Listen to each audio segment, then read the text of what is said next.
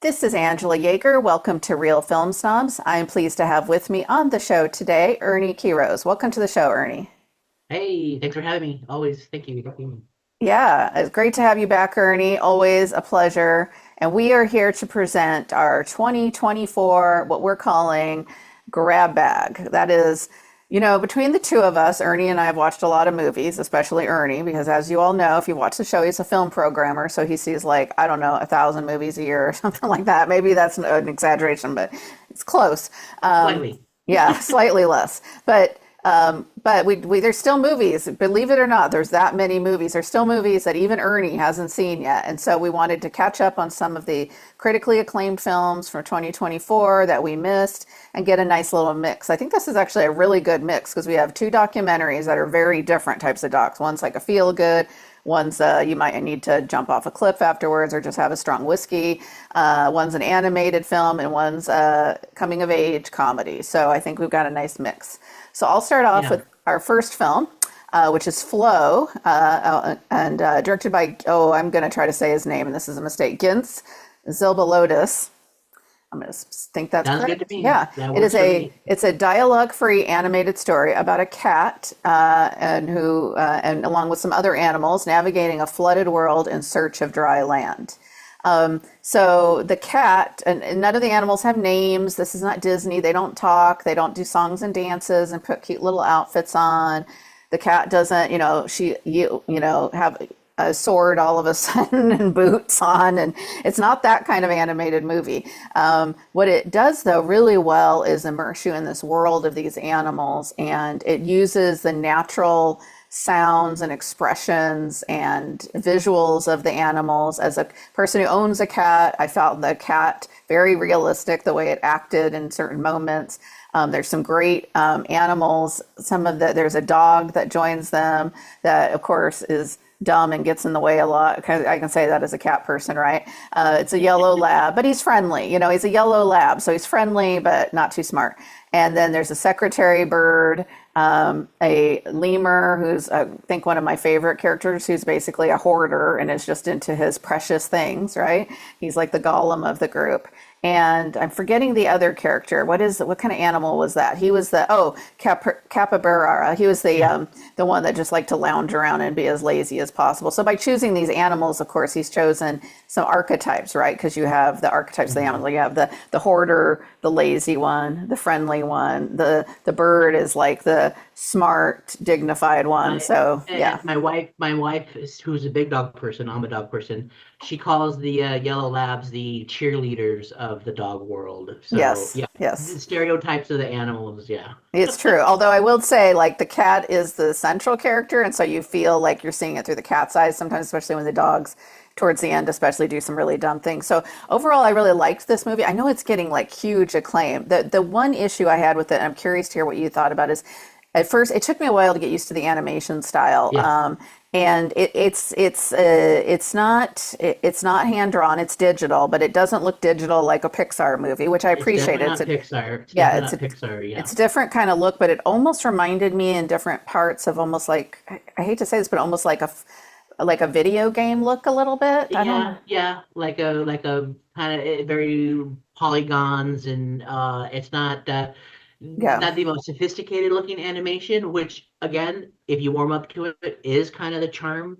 I guess they use this like off the shelf software, or software that's only like, a couple $100 to use it. I mean, it's which to me I think is remarkable, because animation is a spectrum, and if you just watch Pixar or Disney, like, you don't get that. You don't understand for that sure. animation is a huge spectrum, which is why I really, really liked it, because it's not the Pixar thing Like you said, it's not talking animals, and the way you were describing all the animals, I felt like it was like a Madagascar thing, and this is, it's not that. No, no.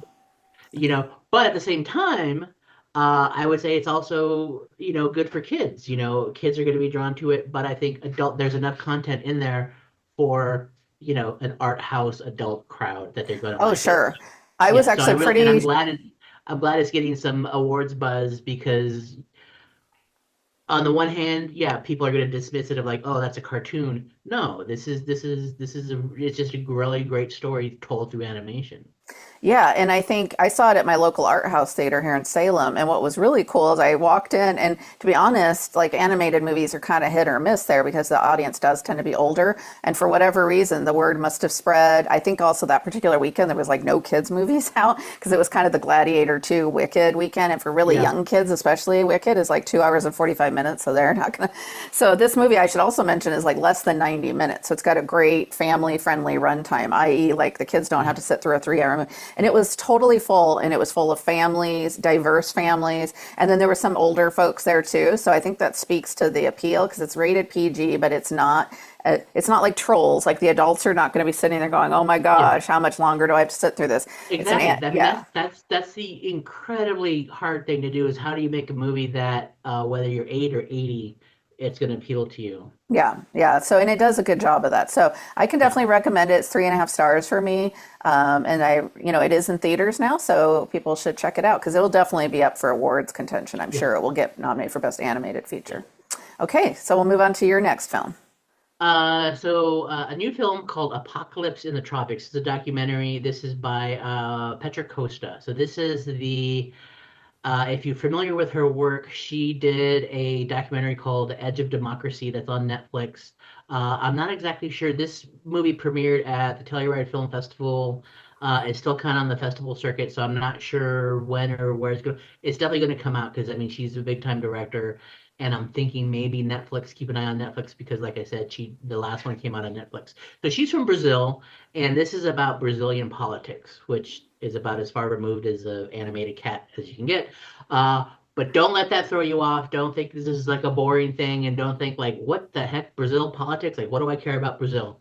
Because, oh my God, it is like looking into a mirror or like a crystal ball. Because everything that's going on in Brazil politically is either has happened in the US political or like will happen. So it's almost like looking in the future. Hmm. They had an impeachment. They had like I didn't even they had like an attempted coup. They had like they had this left-leaning, she taught, this is not the don't feel like you're going to get complicated and you need a degree in history and politics to understand everything. This is all very relatable and understandable. She walks you through all of it. It's basically about the rise of right-wing governments across the world and how it happened in Brazil and it's happening here, it's happening everywhere. Uh, and I did not know, there was a coup. There was actual, again, they stormed the capital in Brasilia. Regular January people, 13th. It was a year after ours, a year January after, 6th, a exactly year a after year. our insurrection, they had Hmm. their own insurrection. There was calling into question the legitimacy of the election. It's the exact same playbook.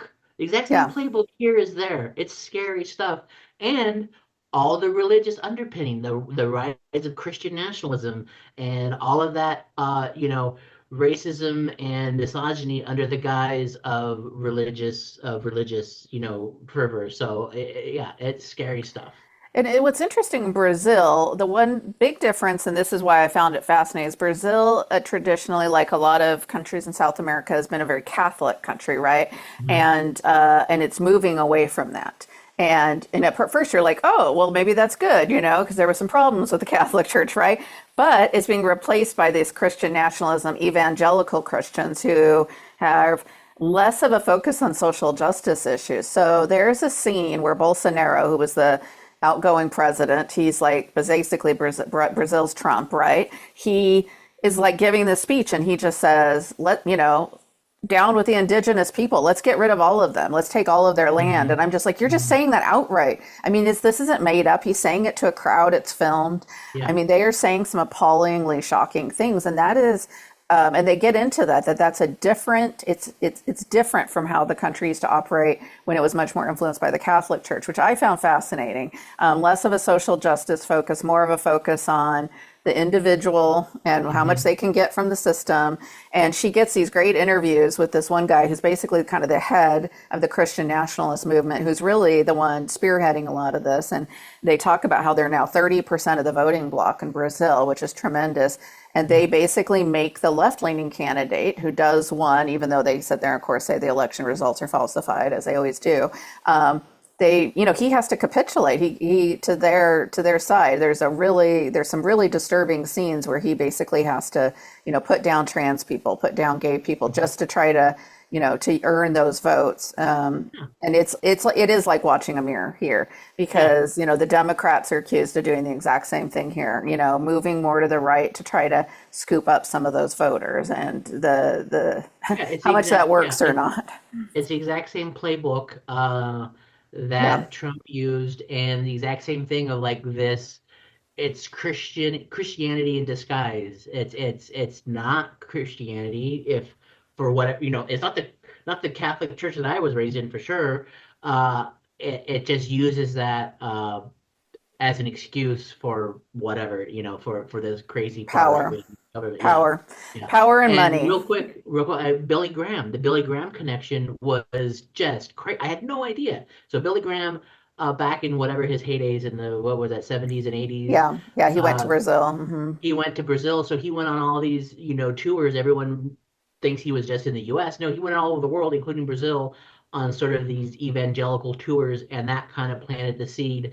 So again, same with America. Like this has been decades building uh, for this pressure, and it was just this reaction to like the rise of indigenous, and women's rights and LGBT rights, and this is the pushback to all of that. Yeah, God forbid the indigenous people would want to have land, where they're actually from. But Yeah. Or anyway, women yeah, have really control of their powerful lives. film. I will say I was very agitated after I watched it. So when Yeah. you watch it, when it does come out on streaming, be warned.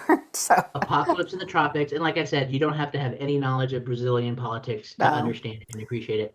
But Edge of Democracy, Netflix, watch it. Okay, next one, very light. This is now to change gears again completely. The Remarkable Life of Ibelin, documentary. This played at Sundance. This is where I had a chance to see it. And this is about a young man who had disability muscular dystrophy, and that progressively got worse. And he got involved in the World of Warcraft game, the with MMP, MMORPG, what I can't remember, massive multiplayer online. That if you don't know, you basically create an avatar in this world and you sort of create this whole character. It's like an open-ended game, like Second Life or what Fortnite.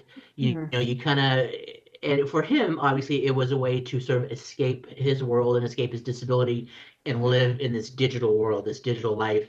And yeah, you meet people. I mean, these are all, and there's real people on the other end of this game, but you meet people, make friends, and that's what he did. He ended up creating he had this whole other life, this digital life that his family didn't know about. So then when he does pass away, his family is able to sort of go into this world, go into his character, his avatar, and then connect with these other people, these other, in the digital world that they never knew about, and then realize that he created his whole other world and had friends that they never knew about.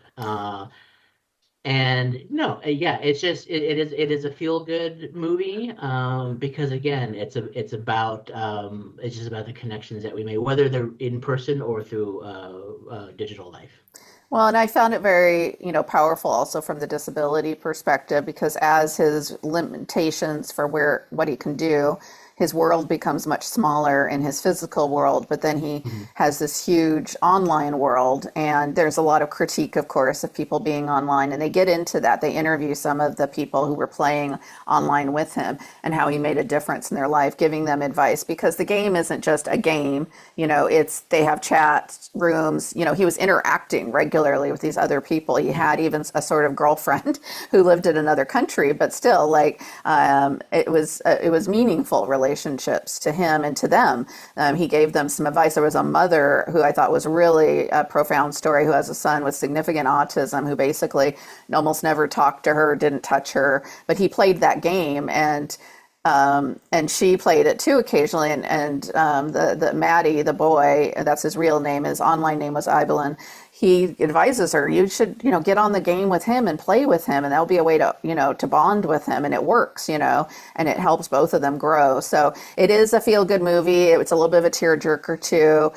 Some of my most issues with it were really around the filmmaking itself. It's very by the books documentary, voiceover, really corny like music, which I didn't love. So I just wish that they could find better music for documentaries. I feel like sometimes these documentary filmmakers, because they have such low budgets, just type into AI like, give me a score that sounds like like another documentary, and that's what that spits out. But it's definitely a feel-good movie, and I think really important for people to see, especially if you are an adult that is frustrated with your kid who's online all the time. This would give you another perspective to understand why some people, especially people that feel like outsiders, who have not just people with disabilities, although a lot of those folks were the ones who were online, but he could be anything in this world. He could run, he could jump, he could he could be everything he couldn't be in real life. But just outsiders in general felt comfortable in this community. It's about finding your community, and whether and it just happens to be in a digital world, a virtual world. And, yeah. But you're right. I mean, the filmmaking maybe was a little simplistic, a little cheesy, but that. Yeah, the parents were like, I think it was really important that he left this for his parents. He knew his parents thought his parents were very sad when he passed, because they thought, our son was only 25 and he never got to experience love. He never had friends. They were just so sad. And then he left them, I think purposefully, his password to his computer. And he also wrote, this is the part of the story I thought was really great. He wrote like his own little autobiography that he left behind, that they use as kind of the narration for the movie, with a voice actor, of course. But I thought that was really powerful. So I think hearing what he was thinking about his life in his own words, and the fact he left that behind, and although he just left it for his parents, not thinking it's going to be made into a documentary movie, it makes the movie so much richer than it would have been without his own voice in it. Yeah. So like you said, that his parents were able to realize that he did have a life, at least on some level, that they kind of wanted for him, that he was able to experience those things, friendship and love and belonging. Yeah, and they get to meet all of his friends who came from all over, mostly Europe, but that he got to meet. So that was really cool. But yeah, I can recommend it. It is on Netflix streaming now, so easily available to everyone. This would be actually, this would be a great movie to watch with the family. I think it's kind of be open to just about anyone. I actually recommended it to people at work. If someone was like, I need a movie that's not a downer, I said, I've got one for you. Even though it sounds like it's going to be sad, because it's like the main character dies, but he's, it's actually, it's hopeful. Hopeful, like you said. It's like the opposite of Apocalypse in the Tropics. It's good palate cleanser. I should have watched them in reverse. I watched them the opposite direction. That was my mistake. Okay, so we will move on. Wow, we're really going fast. Okay, our next movie, changing gears again, non-documentary movie that I've been looking forward to all year, called My Old Ass, directed by Megan Park. And the reason I was looking forward to it is because it stars the great diva and icon Aubrey Plaza, who I adore and have a major crush on. But the film, she's actually a side character, unfortunately. But the film follows Elliot, an 18-year-old girl who is getting ready to leave for college, and she goes on a little jaunt with her friends at this little island. They live in Canada, and her parents are cranberry farmers, and so there's like this little island off of the cranberry bog that they go and hang out on to get away from the parents. They row out there. They do mushrooms one night, and during her mushroom trip, she encounters herself as a 39-year-old, now played by Aubrey Plaza, who looks absolutely nothing like her. But, it's movies. As my friend Brian always says to me, Angela, because movie. So we'll go over that. They try to justify some of it. She was like, what happened to your teeth? And Aubrey Plaza was like, you should have worn your retainer. You should wear your retainer. Anyway, so funny things like that. And her 39-year-old self, played by Aubrey Plaza, starts to give her advice and tell her things. And the biggest piece of advice she tells her is, whatever you do, when you meet a guy named Chad, avoid. And Elliot's very confused because she's a lesbian. She's like, I'm not interested in anybody named Chad. But things change, you're 18. So, Are we and how spoiler do we have a spoiler warning or how much can we talk I about this? wouldn't, yeah, I would be careful. I would not give away the ending because I think Okay. that would be a surprise. That would be bad if we did that. So I'm trying not to. Yeah. So anyway, Okay. the reason it's called My Old Ass, except for that it's just a great title, is when Elliot, played the older Elliot, puts her number into younger Elliot's cell phone as the mushroom trip's wearing off. She puts her in under my old ass. So that's the joke with that. So I enjoyed this movie actually quite a bit. I thought the photography was really good. I mean, of course, they have this natural beauty of Canada and everything, but I enjoy it. Of course, I have a soft spot for coming of age movies. I'm curious what you thought because I know you often don't like stuff quite like this. So I don't, what does that mean? I'm not sure what you mean by that. No, okay. female centric rom coms and things like that. I remember your review What? of Bottoms. I've never forgiven you for that. No, just kidding. Oh, bottoms. Oh, I don't even, I totally forgot about bottoms. I wiped that from my memory. No, my old ass, ultimately, you know what? I did like it. I had some issues with it, and I totally agree with what you said earlier in your introduction. I was really, really, really looking forward to this. Again, this was another film that played at Sundance, but I missed it, so I just didn't watch it till like a week ago. So I've been waiting for like months and months. And I think maybe I overhyped it. And honestly, I think the studios and everything over like this. I wanted this to be an Aubrey Plaza movie. She's in like two scenes. Hmm. That's that was like after about again. This is not a spoiler, obviously, but after her first scene, it takes a while before she even shows up, and then she's in it for the one scene, and then all of a sudden she's on it, and I'm like, oh my God, she is just talking to her over the phone, and I'm like, oh, she's Aubrey Plaza's not in it. I'm like, that's Yeah. like, who wants that? Yeah, let's And I'm take like, the most oh, of course. interesting person and give her less time. Yeah. Yeah, And of yeah. course, yeah, because they shot all of her stuff in a day and then she could literally phone in the rest, you know. Because she's And then on the phone. Yeah. they could bring her back. So for a while I was like, whatever. But the ending where again I'm trying not to give away too much, but um, the whole premise of the movie is the age old thing of like if I could tell my younger self something, I have the wisdom. If there was a way I could tell my younger self like all these things, what would I tell, to avoid this and that or whatever. But ultimately, Plaza is the one that learns the lesson. She's the one Hmm. that learns from her younger self. And I think that was the sort of unexpected twist that I Twist. really Yeah. liked it. Yeah, Yeah, I yeah, liked that twist and I cried my eyes out. I'm not giving away the ending, but it was almost worth it. It still should have been more of Aubrey because there always should be just yeah, more of her, and especially in this film. But she has a big scene towards the end, yeah, and where something happens, and she comes across this person. She comes across Chad. I'll just say because he's very central to the yeah. character, I was like, my husband are sitting there watching together, and I'm just tears streaming down my face, blubbering. And I usually Yeah. don't get like that about like romance. I don't even say it's a rom com per se, but yeah, I don't usually get like that, and it's very unusual for For me. It me, was very poignant. again, hoping this is not too much of a spoiler. It reminded me of the end of Eternal Sunshine of the Spotless Mind. Hmm. I don't know if you, and Yes. I just leave it at that. I leave it at that. Yeah, Once you I see can it, see maybe that you, for sure. yeah, Yeah. yeah, Beautifully shot movie. I have to mention this director, Megan Park. This is only her second feature. Her first one, Fallout, was a terrific gem of a movie that totally didn't get enough attention because it came out during the pandemic, but it's about two girls survive with Jenna Ortega surviving a yeah, school shooting and the yeah, trauma, and it's more about the after effects, what happens after the shooting, but yeah. they shoot it all from the one girl's perspective hiding inside a bathroom stall. That movie just floored me. It was so good, and that was her directorial debut. So, Yeah, and then she does something totally different here. She's still working with young people, which she seems to be yeah, interested in young women. But like, talk about going from a movie about a school shooting that's very dramatic to a comedy. So she's showing some range, and she's a yeah. Canadian filmmaker, and I'm excited to see what else she does because No, for two sure, pretty for good sure. features. Yeah. So, There was one scene. So there was a scene that I I'm an old man, and I have just got to accept that I have aged out of a lot of these things. So there's a scene where the Justin Bieber scene. Do you Yeah, where yeah, yeah.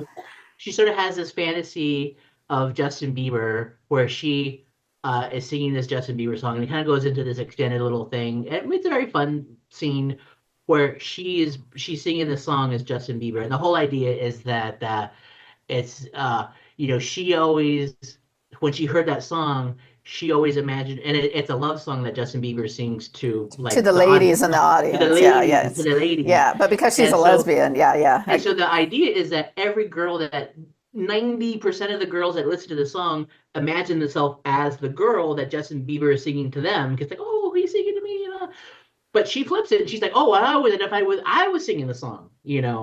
So Hmm. that's kind of, but She's the one getting the girls. Yeah, yeah. and she's the yeah. But for me, I had no frame of reference for this song. I had uh no connection to this song. I had no emotional ties to this song.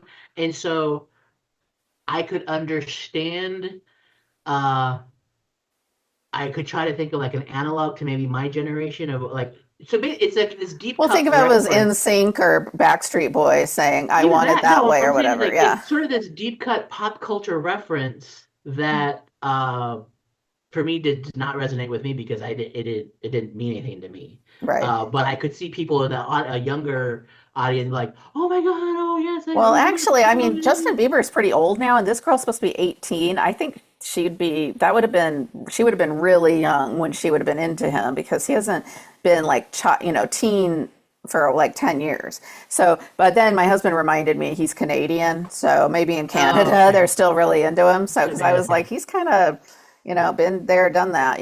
So I think, I mean, But from what I so what read. I'm saying is, it was put in there for the member berries, for like this nostalgia thing. I had no nostalgia for it. It didn't work on me because I didn't, Right. I didn't have that either, but it worked for me as just listening to the lyrics. You could hear, oh, it's about, yeah, you can but just put any pop star up there. He's singing to the girls, whoever it yeah, is, and then the for girl. sure. So it worked on that level. And Oh then yeah, no, it did, yeah, and on an intellectual level. I like that there's no villains in the movie because I kept waiting because I kept thinking I try not to give too much away, but I kept thinking someone was going to turn into a villain. Her friends are cool. I think they were a little underdeveloped. I would have liked to see They were more with the friends. kind Yeah. of generic, yeah. Yeah, But and the parents are nice parents. They're cool, she does have some nice scenes with her two brothers, especially with one who basically she thinks, doesn't like her, and then he's like, "Well, I thought you didn't like me." And so, there's some nice stories, but it's really more focused on those central relationships between her and Aubrey Plaza. So, as always, I will always just say more Aubrey Plaza, please, Hollywood, all the time, more, more, I just more. saw the Herzog, and then maybe I'll do my Herzog too. Oh, there you go. And I have that all the time. And I think about you, Ernie. So, it's funny because even at work, I have that up there. And I'm sure someone wants to ask, but no one has. Like, what is But do that they even thing? know? Would I people don't know. No know? one's ever mentioned it. So I'm waiting for the day someone says, finally, like, what is that old man's head on a stick in your office? And then I can explain. So thanks again, Ernie. We're out of time, but that was really fun. So we have Flow and we have, which we both recommend. I think we recommend all these. Apocalypse in All the, four, yeah, yeah, all four. Apocalypse in the Yeah. Tropics. We recommend. Look for it on streaming probably in 2025. The Remarkable Life of Ibelin is on Netflix, and My Old Ass is on Prime. So, and Flow is in theaters. So go out to your local theater and find it. And Four have a very different movies. very, Whatever very you different recommend for them. recommendations. Yeah, So you have no excuse not to go out there and see some good movies. And thanks, exactly. Ernie. Appreciate you and have fun at film festivaling. Ernie will be off the show for a little bit because he's got back to back. He's got Sundance and Santa Barbara. So Yep. he'll be joining us, I'm sure, sometime in the spring to It's a report rough back. life. It's a rough It's life. a rough life, but someone's got to do it. Thank you as always. Have a great day and great movies. Bye bye.